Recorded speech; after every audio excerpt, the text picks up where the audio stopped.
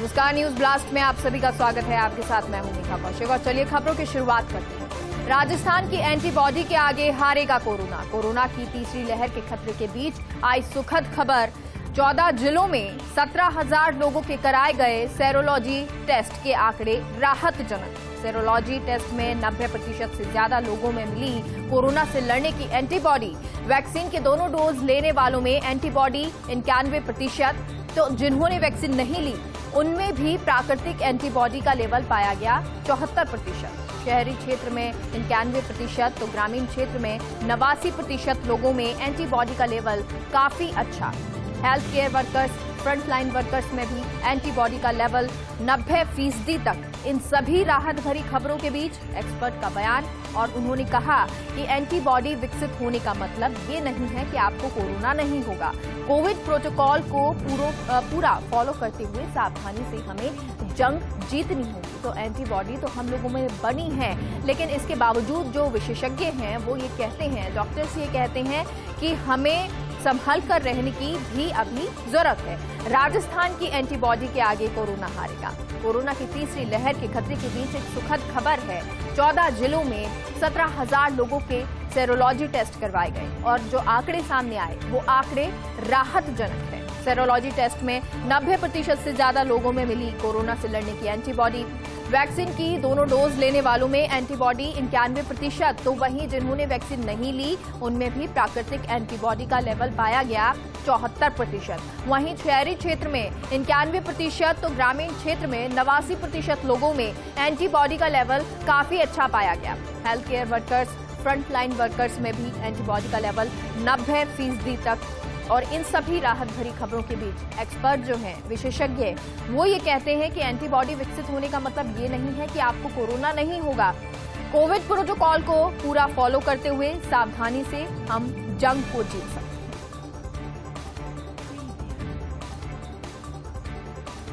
Commercial gas cylinder पर 102 रुपए 50 पैसे की राहत।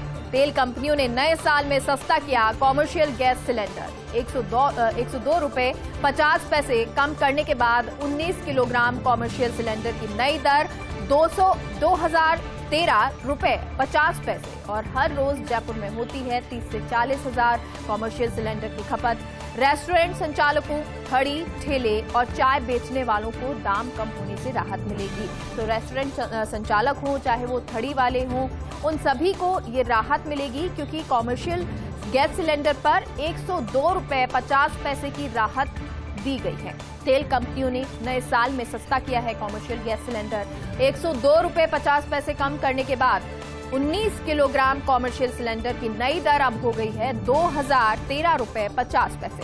और हर रोज जयपुर में होती है 30 से 40 हजार कॉमर्शियल सिलेंडर की खपत। तो ऐसे में जो रेस्टोरेंट चालक हैं, जो थड़ी, ठेले और चाय बेचने का काम करते हैं, दाम कम होने से उनको राहत मिलती नजर आई।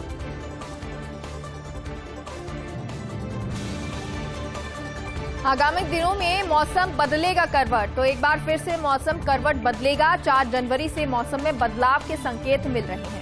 श्रीगंगानगर, हनुमानगढ़ सहित शेखावटी क्षेत्र के लिए येलो अलर्ट जारी कर दिया गया है। प्रदेश के सभी जिलों के तापमान में उतार चढ़ाव के बीच सर्दी से कोई खास राहत नजर नहीं आ रही है। 5 जनवरी से प्रदेश में पश्चिम विक्षोभ सक्रिय होने से कई जिलों में मावठ हो सकती है। मावठ का ये दौर 8 जनवरी तक बरकरार रहने का अनुमान लगाया जा रहा है। मौसम विभाग का अनुमान है कि 8 जनवरी के बाद प्रदेश में एक बार फिर मौसम के साफ होने से तापमान में गिरावट होगी। तो एक बार फिर से मावठ देखने को मिल सकती है और हो सकता है कि मौसम जो है वो बदले। 4 जनवरी से मौसम में बदलाव के संकेत मिल रहे हैं। श्रीगंगानगर, हनुमानगढ़ सहित शेखावटी क्षेत्र के लिए येलो अलर्ट जारी कर दिया गया है। प्रदेश के सभी जिलों के तापमान में उतार चढ़ाव के बाद सर्दी बढ़ने की स्थिति बन सकती है और इससे सर्दी से कोई खास राहत आपको नहीं मिलेगी। 5 जनवरी से प्रदेश में पश्चिमी विक्षोभ सक्रिय होने से कई जिलों में मावठ हो सकती है और मावठ का ये दौर 8 जनवरी तक बरकरार रहने का अनुमान है मौसम विभाग का। तो अब ऐसे में 8 जनवरी के बाद प्रदेश में एक बार फिर मौसम के साफ होने के संकेत है। साफ हो सकता है, तापमान में गिरावट हो। जयपुर एयरपोर्ट पर आज स्टाफ के लिए परेशानी का दिन। तो आज बड़ी संख्या में स्टाफ को नहीं मिल सके एंट्री पास। एयरलाइंस के 15 से 20% स्टाफ को नहीं मिले प्रवेश पास और इस कारण अस्थायी पास बनाकर बिल्डिंग में जा पा रहे स्टाफ सदस्य। एयरपोर्ट पर वाणिज्यिकी कामकाज संभालने वाले लोग भी परेशान हैं। कई दुकानों, cafeteria, duty free, handicraft shop के लोग परेशान हैं। होटल्स के liaisoning staff, ground handling staff के पास भी नहीं बन सके हैं और एयरपोर्ट प्रशासन और BCAS के बीच समन्वय के अभाव में अटके पास। तो क्या अडानी ग्रुप सौंपेगा किसी जिम्मेदारी आदमी को एयरपोर्ट की कमान? तो किसी जिम्मेदार आदमी को क्या अब एयरपोर्ट कमान सौंपी जाएगी? अडानी ग्रुप जो है वो किसी जिम्मेदार व्यक्ति को ये देगा? क्योंकि जो परेशानी स्टाफ को हो रही है, बड़ी संख्या में ऐसा हो रहा है कि जो स्टाफ है उसे एंट्री पासेस नहीं मिल रहे हैं। जो एयरलाइंस के 15 से 20% स्टाफ है उसको प्रवेश का पास नहीं मिल रहा है और इस कारण अस्थायी पास बनवाकर बिल्डिंग में जा पा रहे हैं स्टाफ सदस्य। एयरपोर्ट पर वाणिज्यिकी कामकाज संभालने वाले लोग भी परेशान हैं। कई दुकानों, cafeteria, duty free, handicraft shop के लोग परेशान हैं। तो वहीं होटल्स के liaisoning staff, ground handling staff के पास भी नहीं बन सके हैं और इस पास की वजह से लोगों को परेशानी हो रही है। जो स्टाफ है उसे परेशानी हो रही है। एयरपोर्ट प्रशासन और BCAS के बीच समन्वय के अभाव में ये पास अटके हुए हैं। तो अब ऐसे में सवाल ये उठता है कि क्या अडानी ग्रुप किसी जिम्मेदार व्यक्ति को एयरपोर्ट की कमान सौंपेगा?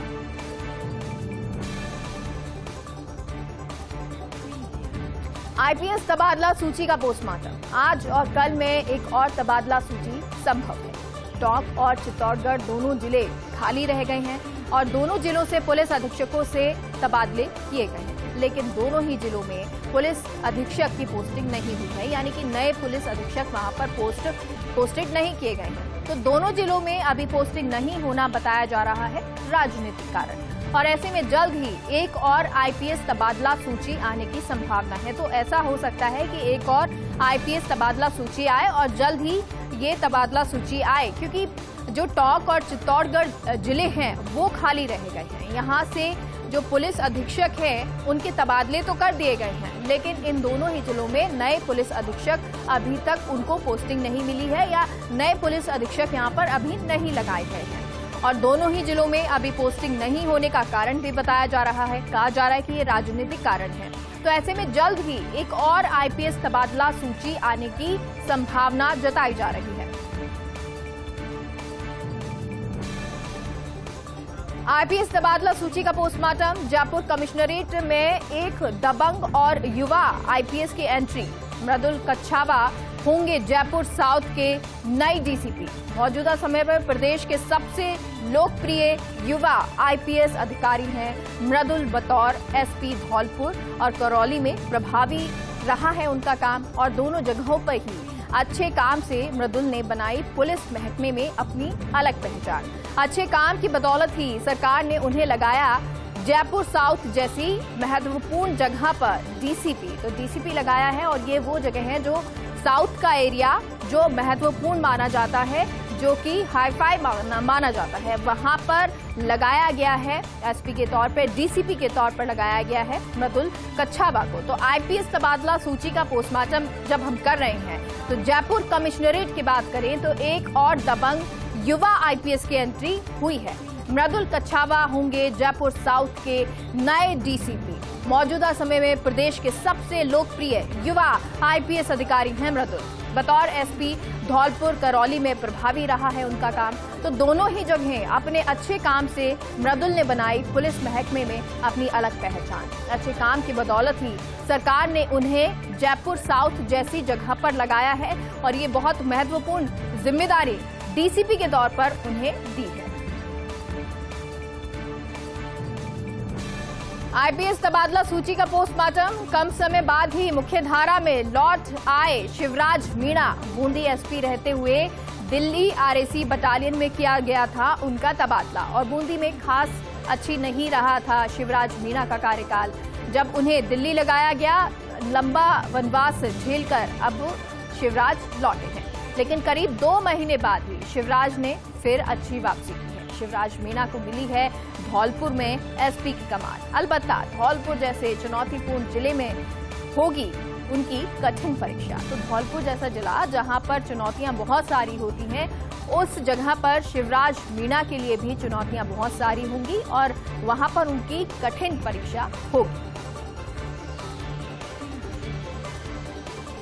नववर्ष के पहले दिन प्रदेश में पर्यटकों की जबरदस्त आवक। ट्रैवल ट्रेड का चेहरा खिला, चप्पे चप्पे पर नजर आ रहे हैं पर्यटक। प्रतिदिन राजधानी में उमड़ रहा पर्यटकों का सैलाब और पिछले 7 दिन में राजधानी में प्रतिदिन 30,000 से अधिक पर्यटकों की आवक रही है। गोल्डन वीक के पहले दिन राजधानी जयपुर में पहुंचे थे कुल 39,960 पर्यटक। पिछले 22 महीनों में ये पर्यटकों की सबसे ज्यादा संख्या रही है। Amer, Hawa Mahal, Nahargarh, Jantar Mantar, Albert Hall, Isarlat, Nahargarh biological park, lion safari, Jhalana leopard safari में पर्यटक ही पर्यटक हैं और आज भी पर्यटकों से गुलजार नजर आ रही है गुलाबी नगरी। सचिवालय से राजेंद्र छाबड़ा की रिपोर्ट। ब्यूरोक्रेसी को गहलोत का तोहफा, नए वर्ष की पहली किरण के साथ तोहफा दिया है। आधी रात को आईएएस, आईपीएस और आईएफएस को प्रमोशन और नई पोस्टिंग दी गई। संवेदनशील मुख्यमंत्री ने राजनीतिक नियुक्तियों के झंझट से समय निकालकर कार्मिक विभाग के प्रस्तावों को मंजूर किया। कुल मिलाकर मेरिट और वरिष्ठता के आधार पर हुई पोस्टिंग्स। निरंजन आर्य, कुलदीप नाका, एमएल लाठर, हेमंत गैरा ने सारा होमवर्क किया और इस होमवर्क के बाद तोहफा दिया गया आईपीएस को, आईएफएस को। ब्यूरोक्रेसी को गहलोत का ये तोहफा है। नए वर्ष की पहली किरण के साथ ये तोहफा दिया गया। आधी रात को आईएएस, आईपीएस और आईएफएस को प्रमोशन और नई पोस्टिंग्स दी गई। संवेदनशील मुख्यमंत्री ने राजनीतिक नियुक्तियों के झंझट से समय निकाला और समय निकालकर कार्मिक विभाग के प्रस्तावों को मंजूर कर दिया। कुल मिलाकर मेरिट और वरिष्ठता के आधार पर ये पोस्टिंग्स हुई हैं। निरंजन आर्य, कुलदीप नाका, एमएल लाठर, हेमंत गैरा सभी ने बहुत सारा होमवर्क किया। से आप सभी का स्वागत है और चलिए एक बार फिर से खबरों का रुख करते हैं। सचिवालय में राजेंद्र छाबड़ा की रिपोर्ट। सचिवालय से ये रिपोर्ट है राजेंद्र छाबड़ा की। नए वर्ष की नई खबर है। उषा शर्मा होंगी राज्य की नई मुख्य सचिव। अधिकृत सूत्रों ने दिए संकेत। सीएम गहलोत बना चुके अपना मानस। उषा 31 जनवरी की मध्याह्न पश्चात संभालेंगी अपना कार्यभार। मौजूदा सीएस निरंजन आर्य को भी मिलेगी कोई महत्वपूर्ण जिम्मेदारी। तो हो सकता है कि सीएस निरंजन आर्य को भी कुछ महत्वपूर्ण जिम्मेदारी मिल जाए। नए वर्ष की ये नई खबर आपको बता रहे हैं। उषा शर्मा होंगी राज्य की नई मुख्य सचिव। अधिकृत सूत्रों ने ये संकेत दिए हैं। सीएम गहलोत बना चुके हैं अपना मानस और उषा 31 जनवरी की मध्याह्न पश्चात संभालेंगी अपना कार्यभार। मौजूदा सीएस निरंजन आर्य को भी कोई महत्वपूर्ण जिम्मेदारी मिल सकती है। राजस्थान में कोरोना के ओमिक्रॉन वेरिएंट का बड़ा विस्फोट।